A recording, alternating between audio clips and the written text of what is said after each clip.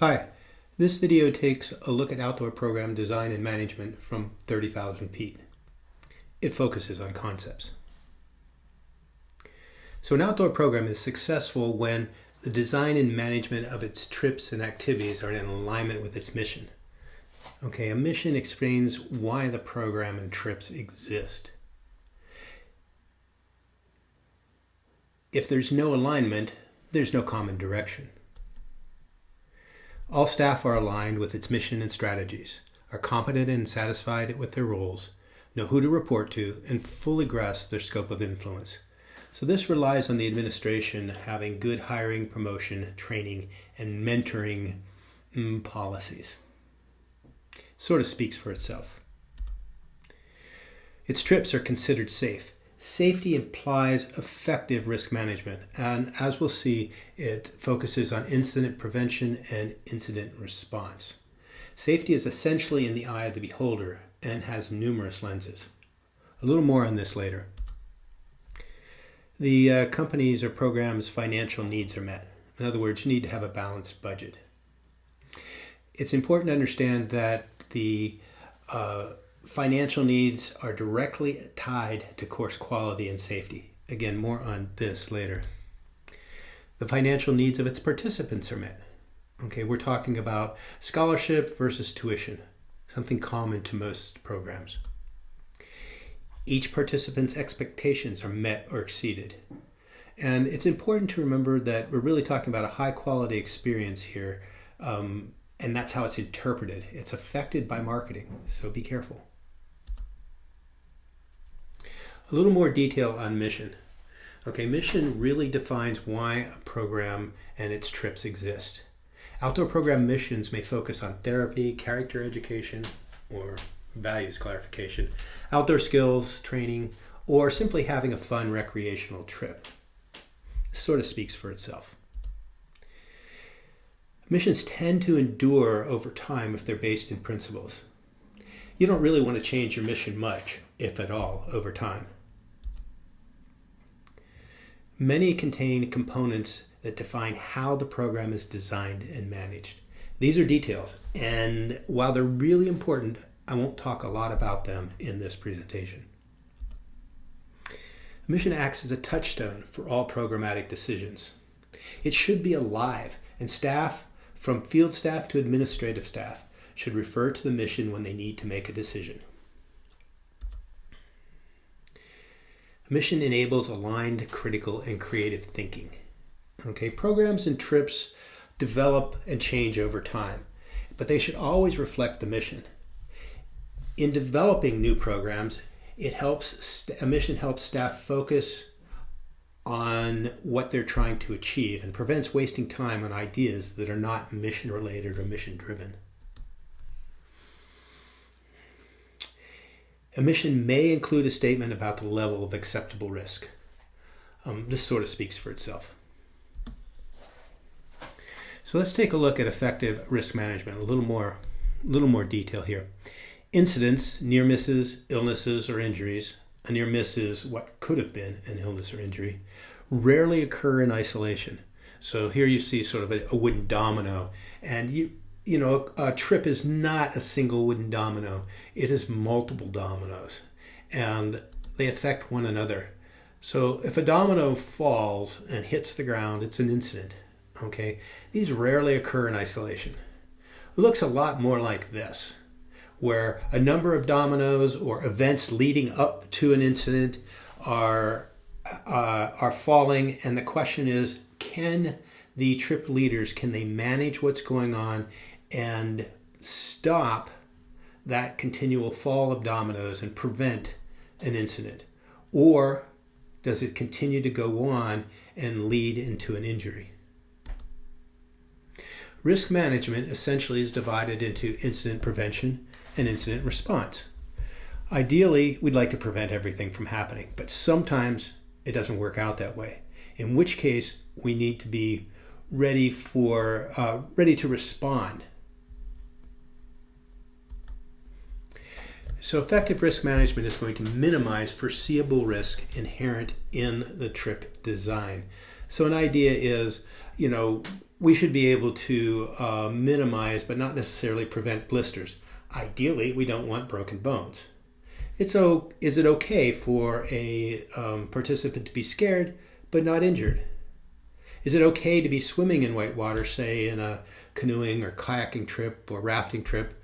It's clearly not okay to be drowning. Are minor cuts and scrapes okay? Can you prevent them? Certainly, you don't want any life-threatening bleeding. It's okay to be hot, but we don't want to have anybody get heat stroke. It's okay to be cold, but it's not okay for someone to get moderate or severe hypothermia. So we're looking and saying we want to minimize foreseeable risks that are inherent in the trip design. If you're in taking a winter trip, people are probably going to get cold. If you're in the middle of the summer and you're on a desert or canyoneering trip, people are probably going to get hot, etc. The focus is on incident prevention, as mentioned earlier, and if you can't prevent something, you want to plan for an effective incident response. And a good incident response will help mitigate the damage. Let's take a closer look. Here are the components of incident prevention.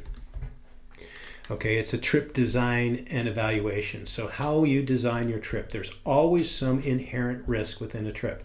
If you're going out walking or hiking, there's the inherent risk that you're going to get a blister. Now you're going to do what you can do to prevent those, but that's inherent in the trip design.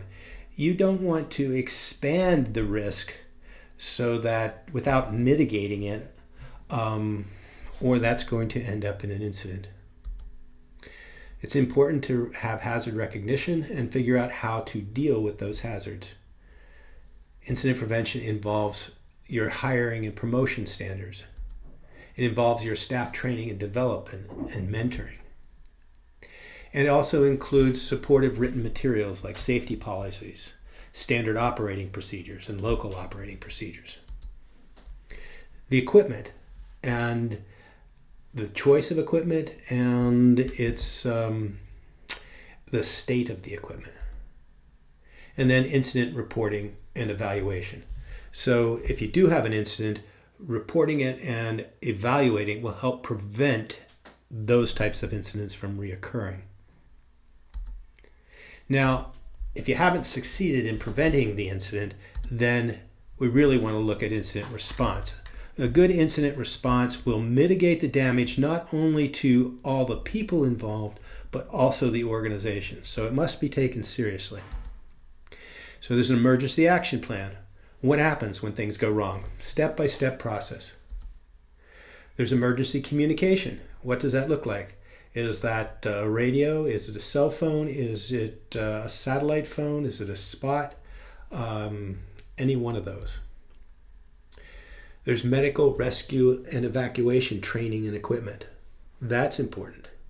You need to know how to respond. Your staff need to know how to respond. Liability insurance for the organization. Legal services for the organization. There need to be some support for the injured persons, their families, and other trip members, especially if it's a serious injury. And again, incident reporting and evaluation. It's interesting that the incident reporting and evaluation is a component of both incident prevention and incident response. So minimizing injury and illness in outdoor trips. You're looking at a balancing scale. Trip safety is what you're balancing, and on one side there's risk factors, the other side is the mitigating factors. The risk factors look like this. There's the ones that are inherent in the activity and the terrain. So I mentioned blisters earlier. If you're in the winter, it's cold. If you're in the summer, it's hot. If you are climbing, it's falls. So these are things that are simply inherent in where you are and what you're doing. Then there's the risk of hazardous weather events, and these are a little bit harder to predict until patterns develop. Same is true with infectious disease outbreaks. Hazardous weather events and infectious disease outbreaks are on the rise as the climates change. And sometimes we end up not being able to predict them. And then there's evacuation associated risk. Okay, Yeah, we got something that's going on, but how hard is it? What are the dangers involved? What's the risk involved in trying to evacuate somebody that's injured or ill? On the other side of that is the mitigating factors. And the top of this list is the site management skills of the individual trip leaders. Site management refers to the ability of the trip leaders or field staff to safely manage each activity using the available resources. It incorporates all of the other things on this list, all of the other skills: hazard recognition and risk assessment, the technical skills of the group members, the rescue skills of the group members, the wilderness medicine skills of the group members, first aid supplies and medical equipment, those are resources, the availability of reliable communication, the availability of medical and evacuation assistance. These all fall under the decision-making ability or the site management skills of the trip leaders.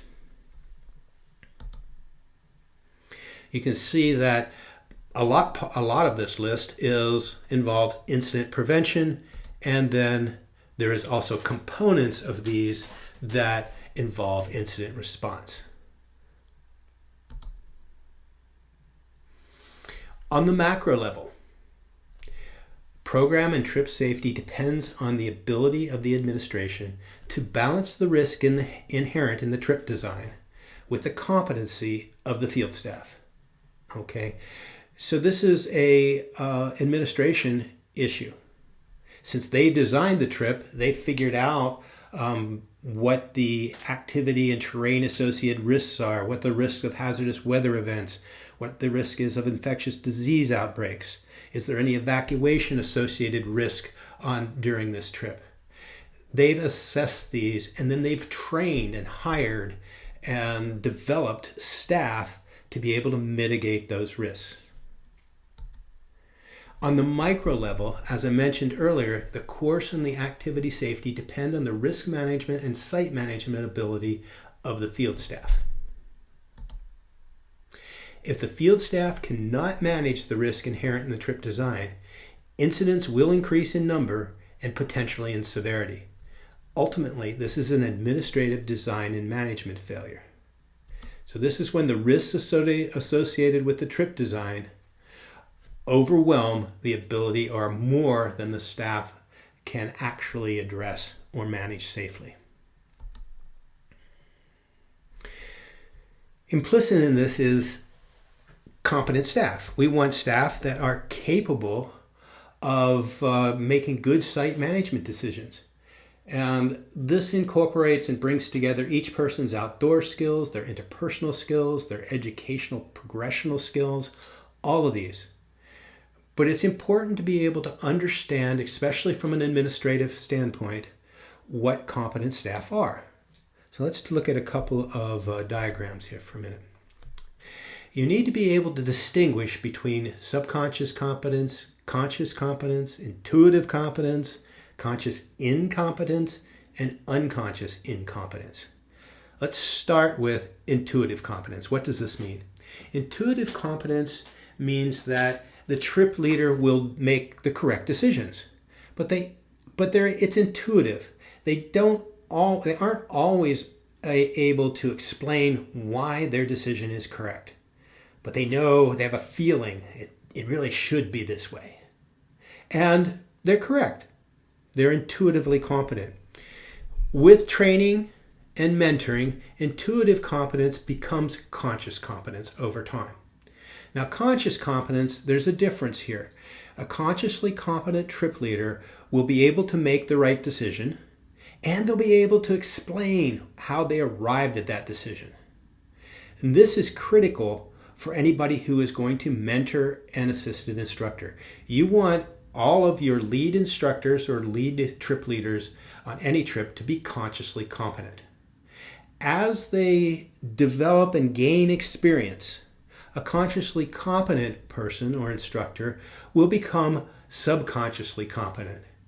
In other words, they can walk into a site and immediately assess the site and know how to manage it.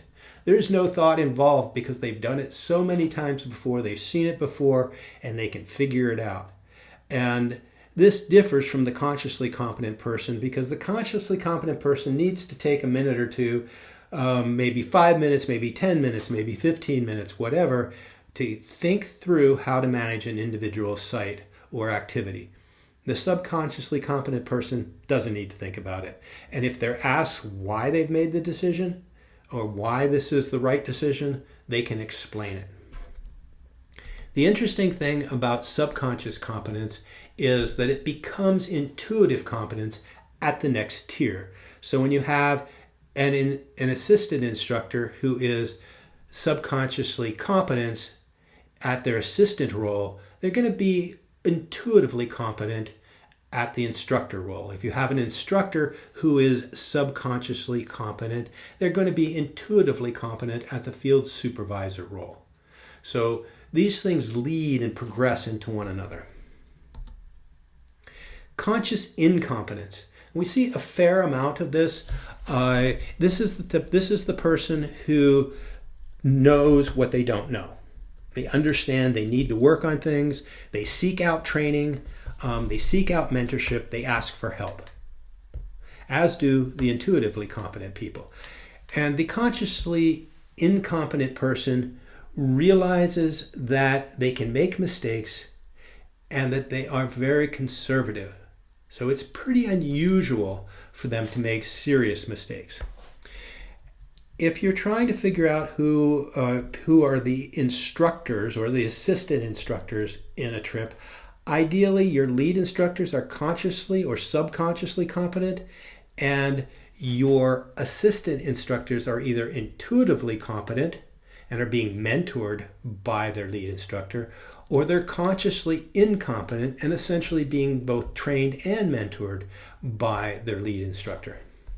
The fourth box here, and consciously incompetence people move into conscious competence as they gain experience and as they're trained. The fourth box is the unconsciously incompetent person. This person thinks they're consciously competent. And because they think that, there's no hesitation. They think everything they're doing is correct. And as a result, they can often convince the intuitively competent person that their ideas are correct when they're not. This is why rules, safety policies, standard and local operating procedures, these really benefit the consciously incompetent person and the intuitively competent person.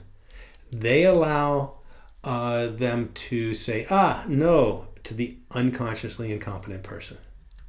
Now, you really don't want to have unconsciously incompetent people in the field, and this is why you have training and assessment. Sometimes unconsciously, once you've identified an unconsciously incompetent person, you can train them to be consciously incompetent. And if you can get them there, then they have a chance to develop. The problem is that a lot of times these folks who are unconsciously incompetent, since they don't realize that their judgment is of questionable value, they just are not amenable to be trained. Really, you don't want these people as part of an active instructor team. You really don't want them there. So if you can if you assess someone during a staff training or some sort of trip, and you see that they're unconsciously incompetent, you can try to move them up by training, but often it doesn't work, and these are often the people that you end up letting go. So if we look at this as tiers, you can see that an assistant instructor, who is an assistant instructor? Well, these folks are people who you've hired. They've gone to a new staff training. They're introduced to activity design and management theory. Their technical skills are worked on, and they're capable of mentoring students. Once you've got them to that level, okay, they are competent they're somewhere either consciously incompetent or intuitively competent, or maybe even consciously competent at the assistant level. It's important to distinguish those. The subconsciously competent assistant instructor will likely be intuitively competent as a lead instructor. And ideally, once you get them through the instructor training and reassess them and work on their technical skills and their site management skills, they will be consciously competent enough to be a lead instructor. And you would want to pair them with an intuitively competent assistant. Again, a subconsciously competent lead instructor is going to have some intuitive competence as a field supervisor. And they will be able to start mentoring people and training people, ideally after a field supervisor training.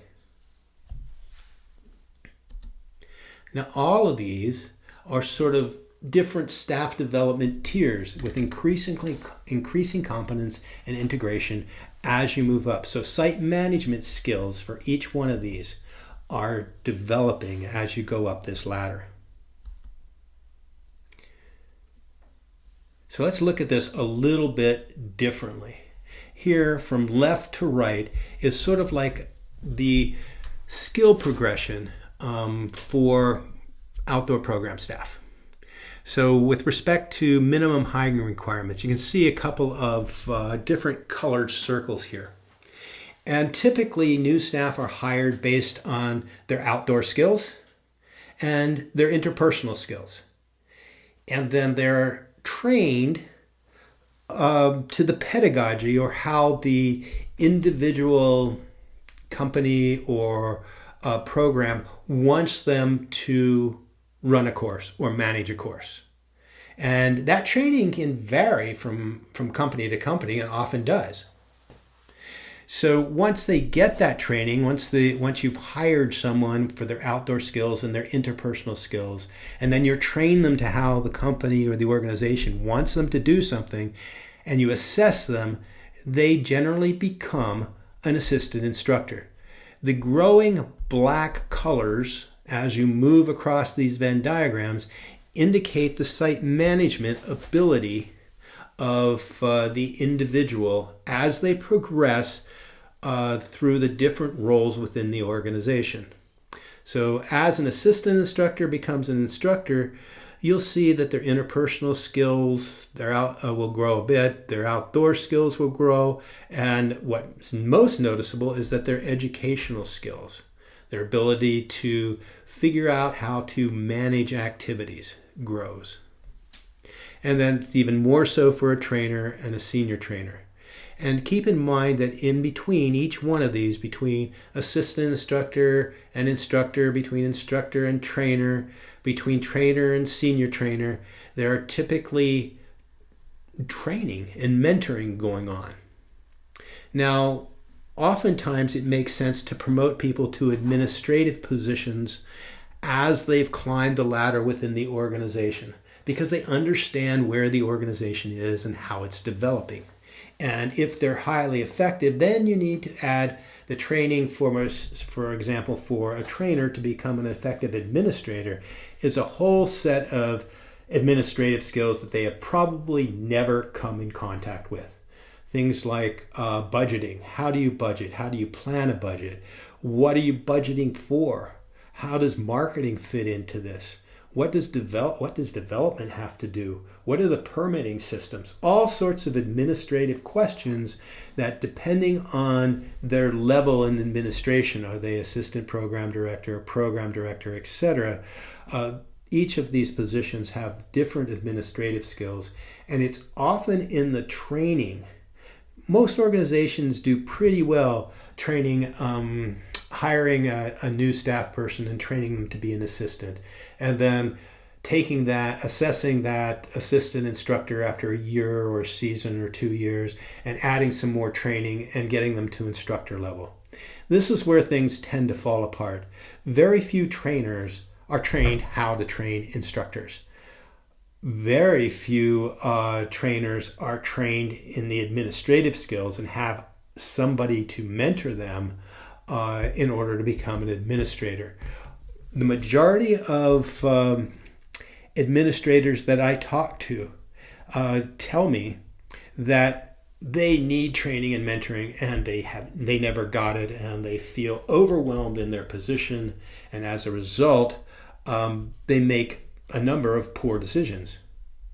And this can be avoided by focusing on some really strong training and having a mentor to work them through all the administrative stuff. And takes time. That's why you really want to keep your administrators, and ideally all of your staff, around for as long as possible.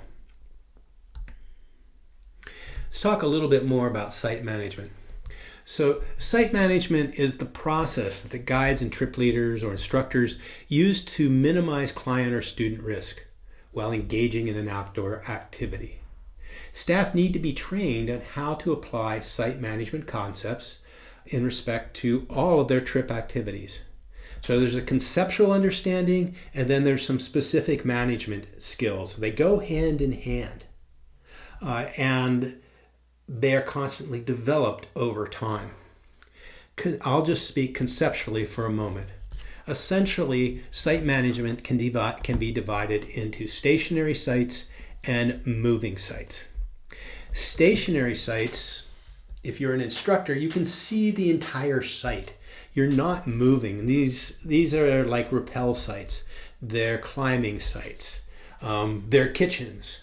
They are, if you're at a rapid and you're scouting a rapid, you can help people scout a rapid and then run a rapid. These are stationary sites. They have known hazards. They have clear safe zones. They have fixed boundaries.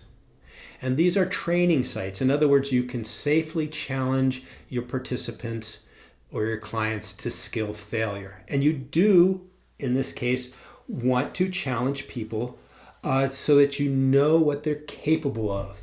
You want to know, before you get to the mandatory portage on your river trip, you want to make sure that everybody in each canoe, that each pair can catch that eddy above that really nasty rapid. And so in order to get them to catch that eddy, you have to be able to give them practice sites where you can see they can do eddy turns and peel outs and ferries and see what turns over, and then they learn how to rescue their boats. So you want to be able to challenge people to skill failure when you have to rely on those skills a little further along in the trip. Now, moving site management is different. There are unknown hazards and safe zones. In other words, the boundaries keep changing. Things are changing. In its most simplified component, this is sort of hiking on a trail. It's relatively safe, but things are changing. There might be a river crossing coming up, and you want to make sure that you can stop for that river crossing and assess it. You don't want students to wander into it. So you might put an instructor in the front of the group and an instructor in the back of the group. But let's change that a little bit. Let's change it to you are in the mountains, traveling on a glacier. Well, you probably, unless you've trained your students really well, and that's hard to do in a short time frame, you're going to want instructors not necessarily at the front and the back, but you might want both instructors at the front of the group so that they can discuss hazards as they're moving and stop people before students or clients enter into an unsafe area. This is a place where you don't want to challenge your clients to skill failure. You need to know what their limitations are. And there is increased inherent risk with this type of movement. And a lot of incidents or accidents occur when instructors or trip leaders fail to recognize that they're in a moving site management and they needed to transition into a stationary site, as I spoke about with the glacier, or think about it on a river, that type of thing. Now, a little more sophisticated concept here is that there are different types of moving site management where the instructors are changing position within the group in order to be able to identify new hazards that they're likely to come in contact with. And this means that you're out of that lead instructor, sweep instructor, you're now into both instructors are in the front of the group, or maybe even one instructor has moved ahead of the group. to make sure that there's a safe zone ahead and the group is not moving into a place that's going to be dangerous. And so there's transitions between different types of moving site management, and then, of course, to the stationary site.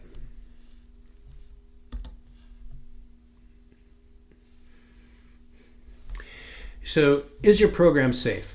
Well, that's an interesting question and one that you should ask. It's important to understand that safety is a perception and it varies with the lens that it's seen through. So if you're a lawyer, you're looking at safety through a legal lens. If you've been the person that's been injured or the family members of the person that's been injured, you've already sort of decided that maybe this isn't safe. If you're other trip members, you're questioning the safety or the judgment of the instructors that led to this, maybe. If you're the staff person, are you saying, hey, this wasn't my fault, or yeah, it was my fault, or I didn't do this, or I could have done that? If you're the organization, is the organization seen as safe? Well, probably not if there is a whole bunch of incidents over time. What does the industry look? Did the instructors follow the best practices as designated by the industry? If so, the industry is probably going to look at it and say, yeah, it was safe and it was just an accident that happened and we need to learn from it. With respect to culture it varies. It changes from country to country. It changes from place to place within a country. But again, that perception is going to vary. And so you have to identify the lens, who is the party, and what lens are they looking through. In general, a program, a course, a trip, or an activity is usually considered safe if no incidents occur. Seems obvious enough. If a minor incident occurs, it's seen as unpredictable or unavoidable, and is treated in the field, and the person continues with and successfully completes the program, the program's generally seen as safe. Someone's walking along a pretty level trail, and a rock rolls underneath their foot, and they twist their ankle. Okay. After a day or so of rest, their ankle's fine. They put a brace on it and they continue with the hiking trip, and now you're aware of the chances of this person doing that again. If a person is removed from the field as a result of an incident, treated, and returns to successfully complete a multi-day program, this is usually multi-week, providing there's no emerging pattern, and again, the incident is seen as unpredictable or unavoidable. And this covers numerous examples for this type of a thing. But the big key here is unpredictable and unavoidable. A program, course, trip, or activity is usually considered unsafe if an incident pattern emerges where people are removed from the field. And we're talking about a pattern. You keep seeing people removed from the field. There's something going wrong with the course. And it's in the course design, or it's in the training and development and the mentoring of the staff. If a person suffers a prolonged recovery from an incident that is seen as predictable and avoidable. If a person receives a permanent injury or contracts a lifelong illness due to an incident that is seen as predictable and avoidable. If a person dies due to an incident that is seen as predictable and unavoidable. There's a rappelling accident, for example, and a person did not hook into the rappel line correctly, perhaps was not on belay, and falls to their death.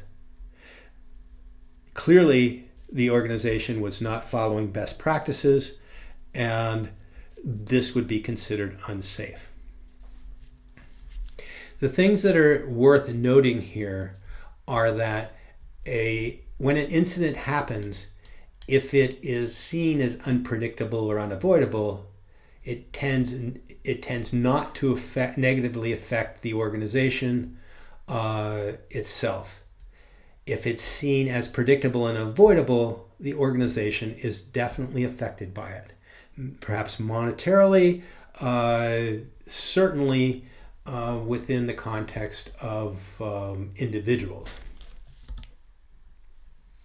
The bottom line here, from an administrative standpoint, is that an isolated minor incident is a possible design and management failure. It's why you need to examine and have a culture of reporting incidents within your organization so that you can evaluate every incident to see that, is this isolated? Is it minor? Or is it a design and management failure that you can correct? It's minor, so you have a chance to correct it. If you see a minor incident trend, it's probably a design and management failure, and if uncorrected, will probably lead into a major incident. If it's an isolated serious incident, it's possibly a big design and management failure. One of the reasons that an isolated serious incident, injury or death, occurs seemingly out of the blue is because there is a culture of not examining or reporting minor incidents.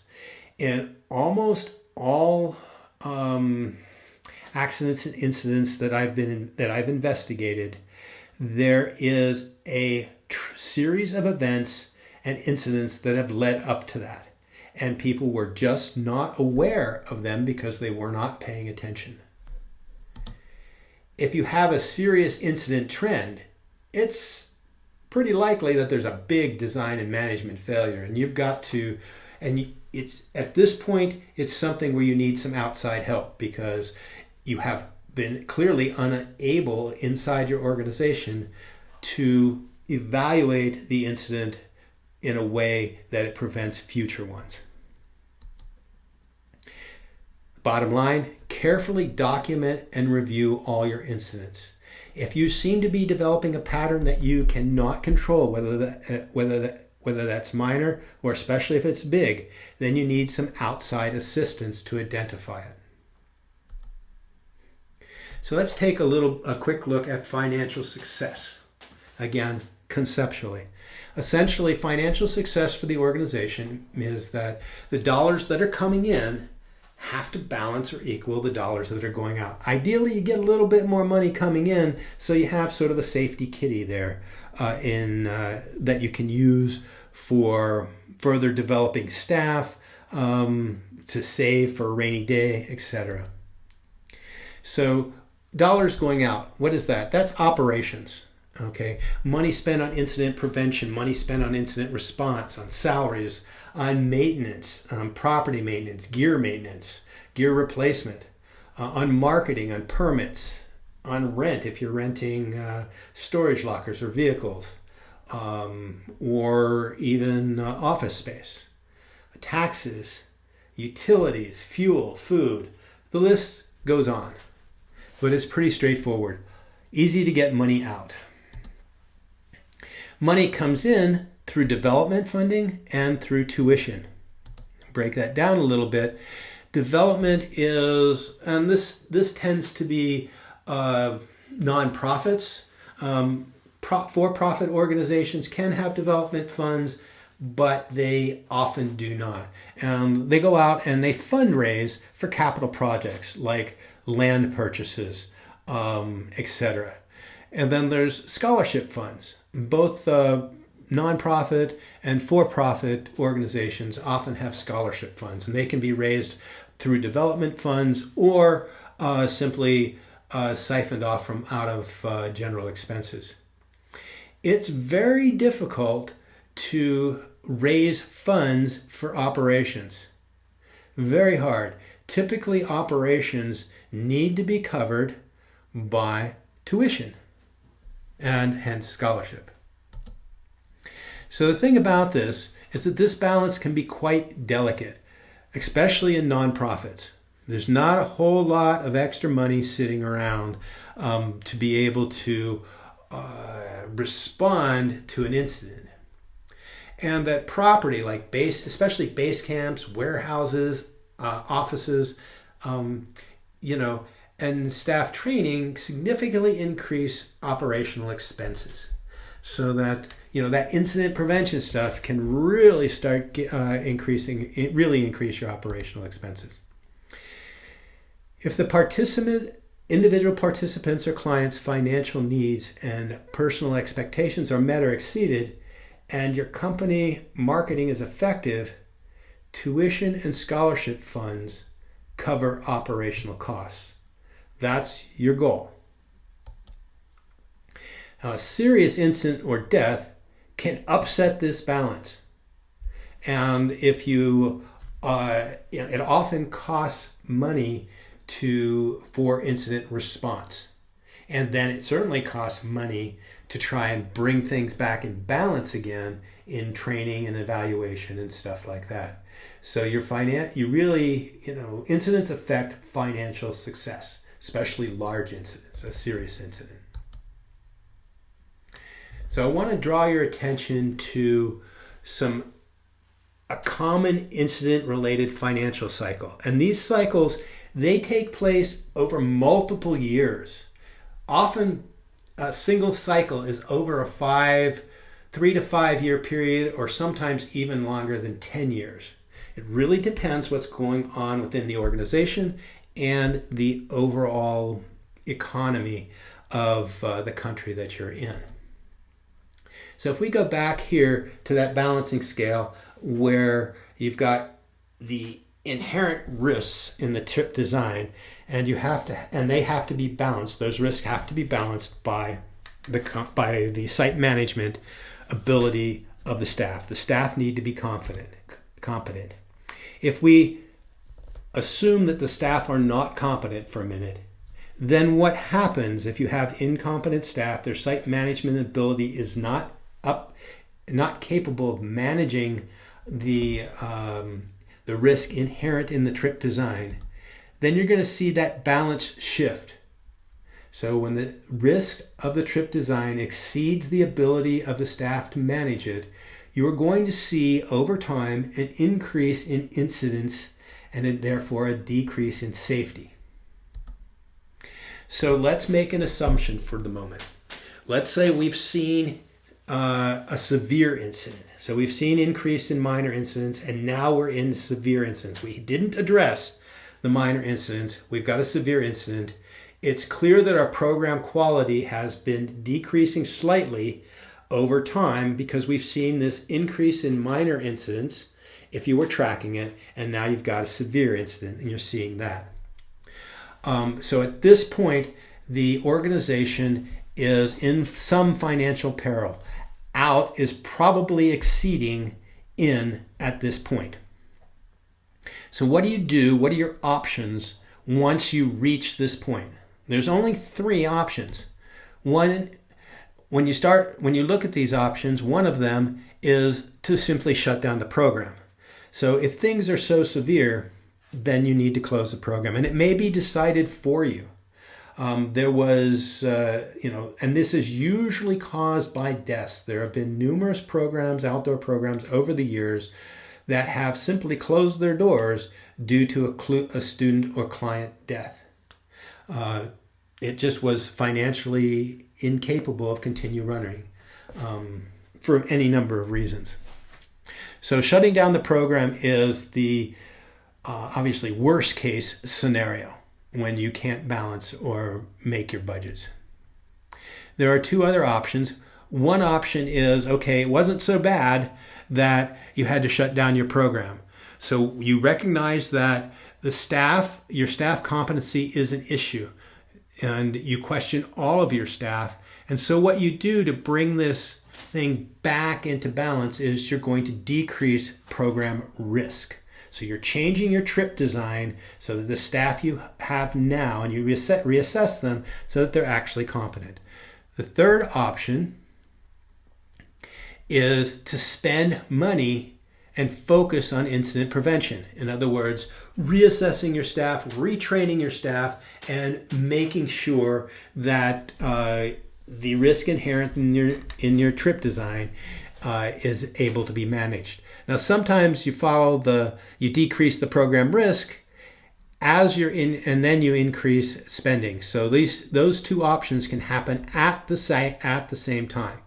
Decreasing program risk generally doesn't take a lot of money. Increasing camp staff competency does. It takes both money and time. So decreasing program risk is something that can happen quickly. Even if you have the money, increasing the competency of your staff takes time, multiple years, probably 2 to 4 years anyway, to do that. So let's continue to look at these two cycles and how they influence one another. So if you decide to decrease program risk because, hey, you don't have a lot of money and you want to do it fast, you want to keep your program running, so you're going to go back and redesign the program so that there's not as much risk associated with running it. And the result is you don't have any more severe incidents. And the question is, how much did that affect program quality? How much has it affected enrollment? Are people still enrolling on these courses? And it may take a while to get your enrollment, to see enrollment change. And essentially at this point, over time, and maybe a season or two, you end up balancing your budget and you're looking pretty good. And you're pretty happy with this. And so you stay there for a while. Now you've got some economic pressure. It comes in from the outside, totally unforeseen. And that may be local economic pressure. It may be something like COVID, which was huge. There's all sorts of reasons that you might see economic pressure come in and affect a program. So you end up then spending and focusing less on incident prevention. After all, you don't have any significant incidents, your incident trend is down, so you're feeling that your program is pretty safe, you're meeting your budgetary requirements, and you feel like it's safe to decrease spending and focus on your focus on incident prevention. Well, you can probably get by with that for a season, and maybe 2 at the most. Because but what happens is it often lingers and you end up seeing an increase in incidents. And if you have a severe incident, you're then looking and saying, oh man, here we are again. We're back in this same place. Similar things happen on the upward cycle. Okay. So you've increased your spending and focus on incident prevention. It takes you a couple of years. Incidents are down. Program quality is back up.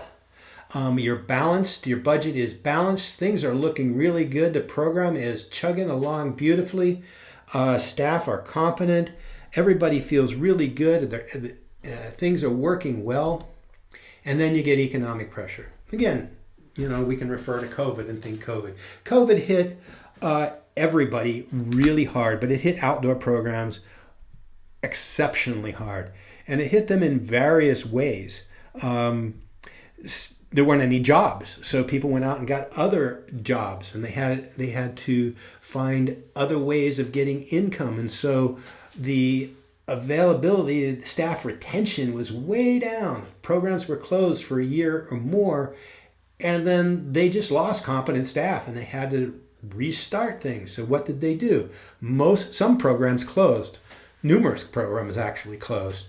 Many of them changed the level of risk inherent in the program, did a lot simpler things so that the risk was way down. And they needed to do that for a couple years, and then they started spending more. But what also happened is essentially there was less money available and they couldn't maintain their focus on incident prevention.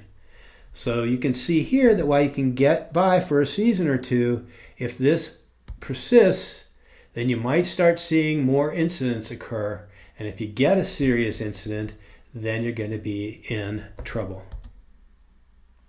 So decreased spending often forces a change in the trip design or the staff competency, and then it alters the competency design balance. Likewise, you can have outside influences alter the design balance because you can't maintain staff and you have to retrain staff. Things like that. So it's helpful to be aware of this financial cycle. And again, the big thing here is to track your incidents. Look for incident trends in minor incidents and figure out why they're happening. So let's review pretty quickly. So an outdoor program is successful when the design and management of its trips and activities are in alignment with its mission. Okay, so this is why the program and the trips exist. It's important to know why you exist. And we've talked about that. So all the staff are aligned with the mission and the strategies of the program. They're competent and satisfied with their roles. They know who to report to and understand and fully grasp their scope of influence. And this is the hiring, promotion, training, and mentoring that goes on that the administration is responsible for. The program's trips are safe. And this obviously implies effective risk management and with a focus on incident prevention, and then that also addresses incident response. The financial needs of the company are met, so they have a balanced budget, ideally with some in saving. And the financial needs of its participants are met, either through scholarship or through tuition or a combination of the two. And the clients or the participants' expectations are met or ideally exceeded. So they've had a high quality experience, the marketing is accurate, and word of mouth spreads, and the program grows and develops. So this has been sort of the 30,000 feet looking down at a program. Now again, the details are important. How do you actually design a trip and do it safely? How do you train staff conceptually and in practice? Those are topics for another day and multiple presentations.